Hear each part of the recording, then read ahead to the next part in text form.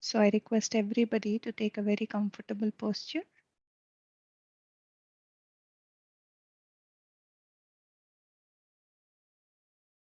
Crossing your hands, fingers into fingers, crossing your legs, closing your eyes, and becoming aware for natural, normal, soft, tender, tranquil breath.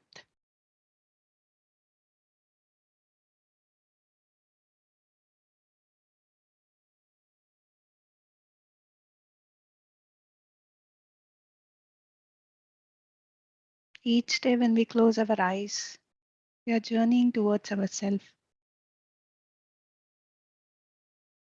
We're getting to know more about ourselves.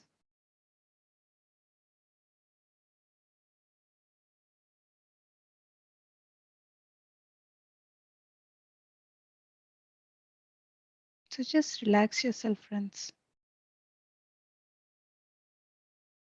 Nowhere to go, nothing to do. Just be here, completely present in this moment.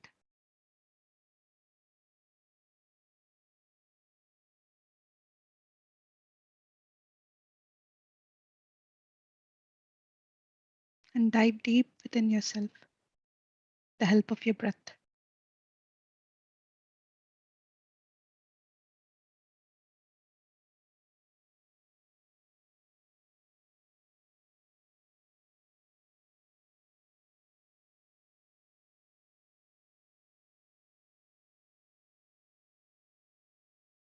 Just the natural breath.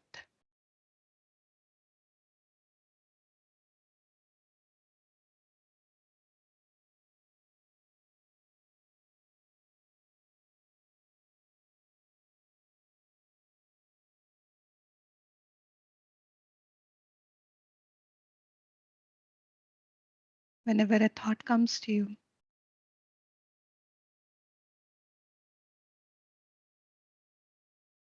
become aware of the thought and say to the thought, it's not the time for you. I'll get back to you later.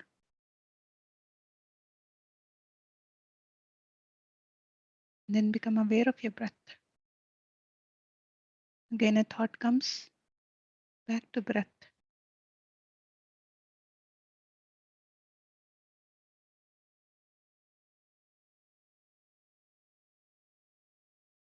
We all are taming our minds.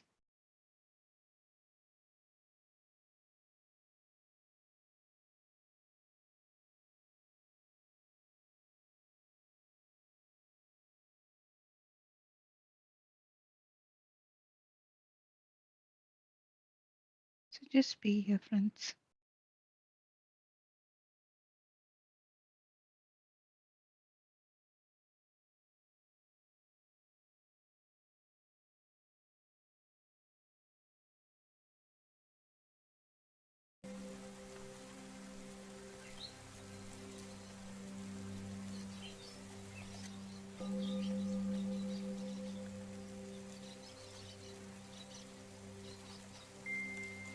Music works like a reminder to stay connected with your breath.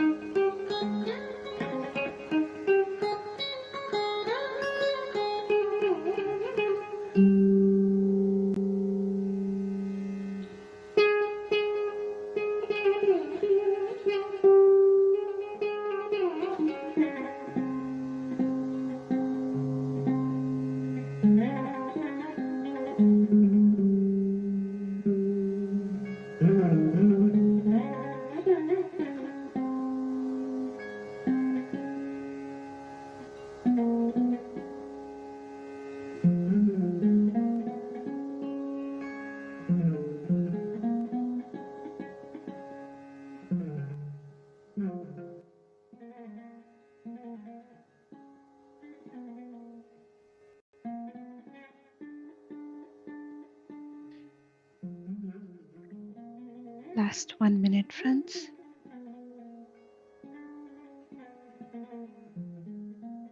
Slowly bring back your awareness to your physical body and to your surroundings.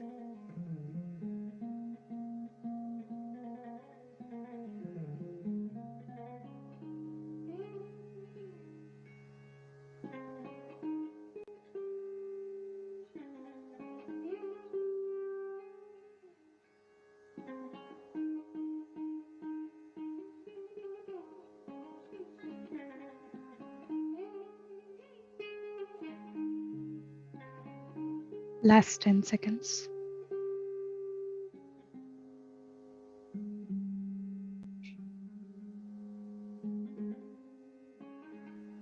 5, 4, 3, 2, 1, 0. Now slowly place your both hands over your eyes. And whenever you're ready, friends, you may remove your hands and open your eyes. So, welcome back, friends. If you have some water next to you, please drink some water. It's always good to drink some water after we finish the meditation.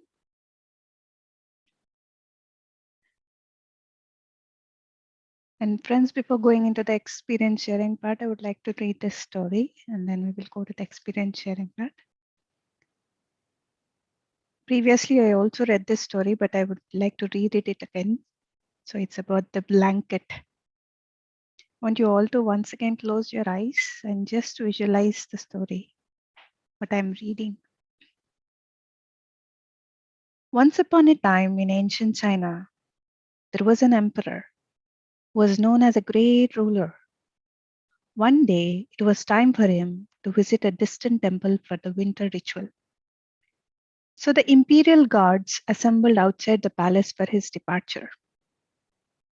The emperor's most trusted minister came out of the palace first. He greeted the commander in charge. "Good morning, Captain. I see your men are ready." "Yes, sir," the captain saluted. "Our most elite warriors shall accompany His Majesty to the temple.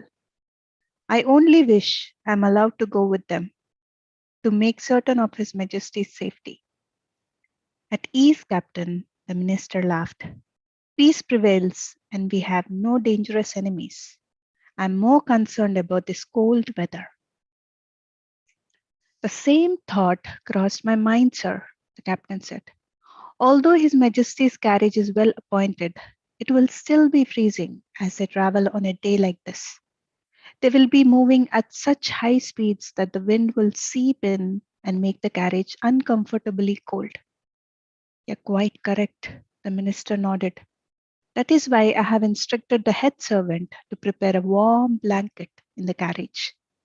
It will make the trip much easier for His Majesty." At that moment, the emperor emerged. The minister, the captain, and the guards all dropped to their knees. The emperor acknowledged them, and they all stood up in unison. The emperor approached the minister. "I trust all is in readiness." "Yes, Your Majesty," the minister responded. Everything is set for departure. Excellent. The emperor started to climb into the carriage. Then he seemed to recall something and climbed back down.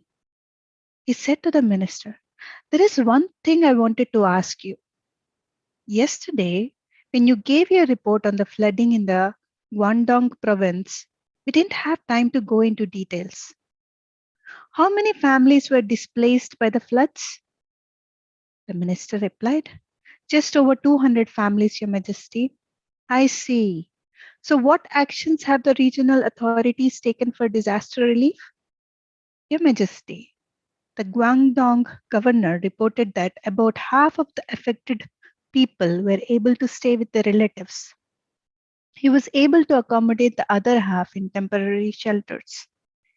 As the discussion continued, the captain noticed the head servant running out of the palace with a blanket in his hands and a panicked expression on his face.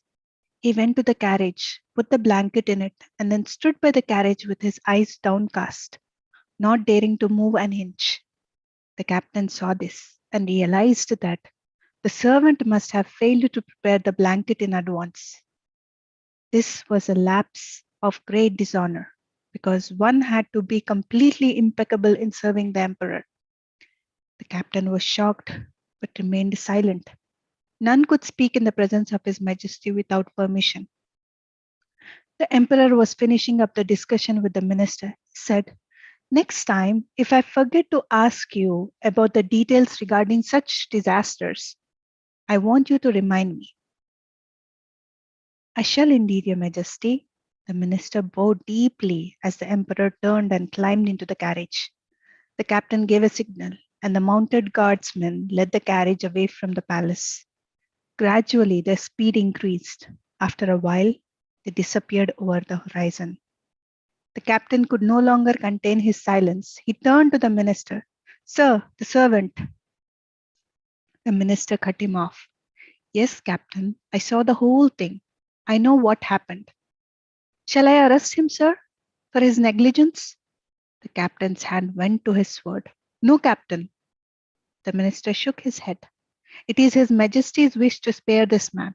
What? The captain was confused. But His Majesty did not even notice that the blanket was missing. That is exactly what he would say if you or I were to bring up the matter, the minister explained. You can stake your life on the fact that he did notice. He also knew that if he said anything about the lapse, imperial tradition would require that severe actions to be taken against the servant. The captain was beginning to understand. So that is why His Majesty pretended not to notice and then stalled for time just to give the servant a chance to remedy his error. Precisely, the minister said. There was admiration in his eyes. Our emperor not only forgave this man, but did so in the most seamless way possible. So, friends, the meaning of this story is all the great philosophical traditions of the world teach that we should be compassionate towards our fellow human beings. The Tao tradition takes these teachings to the next level. As the emperor demonstrated, it isn't just a matter of practicing compassion. We must also do so in the most seamless way possible. Seamless in this context means actions that are so smooth and graceful that people are not even aware of them. Only those who know will be able to sense that changes have taken place. In this story, this is represented by the minister, who not only observed but also understood. The captain, on the other hand, represents the level where most people are. He needed to have things pointed out and explained to him. How can we master seamless actions in our own lives? We can learn from the process that the emperor went through. Every step in the process corresponds to real life patterns. So, by emulating his choices, we can get a feel for what it is like to be seamlessly compassionate. The process began with the blanket missing from the carriage. When the emperor discovered this, it was a moment that can represent a crucial juncture in life for us. Perhaps we have just discovered that an associate has committed an offense, or someone has made a mistake, or people we depend on have failed to deliver on a promise. We feel disappointed and frustrated. What comes next? The emperor did not lose his temper upon his discovery. He maintained his composure and climbed back down as if nothing was wrong. We can learn from this by keeping calm when we face a similar issue. People are not perfect. Sometimes they make mistakes despite the best of intentions. We can best deal with the situation by remaining cool and collected so we can think clearly. Next, the emperor stalled for time by speaking with the minister. His compassion was such that he wanted to give the servant a chance to correct the error. We can learn from this by understanding that most of the time, people do the best they can with what they have. Sometimes a problem occurs because what they have isn't adequate, not because they set out to fail. If there is a possibility that they will work hard to remedy the problem, then the best thing we can do is cut them some slack. When the blanket was finally put into the carriage, the emperor got on his way, again without making any comments or drawing attention to the situation. We can learn from this as well by practicing silent forgiveness. That is, when we make a mindful decision to forgive people, we should simply let the whole thing go. There is no need for us to rub their collective nose in it, nor is there a need to tell them that we have forgiven them. The desire to do so often stems from the ego rather than true compassion. By the end of the story, the people in the story began to understand the greatness of the emperor's virtue. He had earned their love and respect. The people in our lives are not subjects, but as human beings, they will respond to the life in the same way. We can win them over just as the emperor won over the minister, the captain, and the servant. This will increase the amount of love and respect in our lives. And who can argue with that? In the study of Tao, the principle that the emperor followed is known as the path of the highest goodness. So, this is the essence, friends, and very, very beautiful, beautiful story. And I really like this story a lot. In this book, I love all the stories. It's from the book, The Tao of the Success. So I've seen very few people in my life who act in such a manner. One is Patriji, that he never complains or even he never judges people. And many a times we have noticed the same, that how he just did like the emperor. So it was really, really beautiful, beautiful experience, friends. And also about forgiveness. You should not go and tell to that person that I have forgiven you. It's just that you have to release that intention from your heart that yes, I have forgave that person, and then it's already forgiven. So again, when you go and tell to that person that I have forgiven you, what mentioned in the story is it's from the ego. So we have to be compassionate in a seamless manner. So thank you for listening, and there is anybody who wants to share or ask anything, so please go ahead. And thank you so much, Akka. Yeah.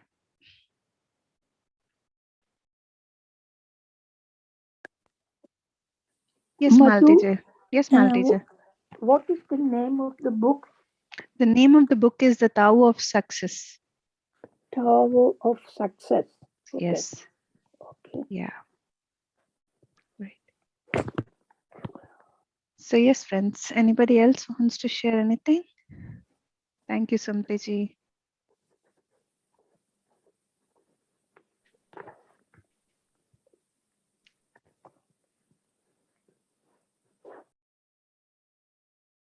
All right then. So I hope you all have enjoyed today's meditation and as well as the story. So we all see each other again tomorrow morning at 6 a.m. Germany time or 5 a.m. UK time or 10:30 a.m. India time for meditation with the cosmic picture. Till then, friends, have a lovely, lovely day if you're from US, or a lovely night for the ones from India, and a beautiful evening for the ones from Europe. So thank you so much, and see you all again tomorrow. Bye-bye.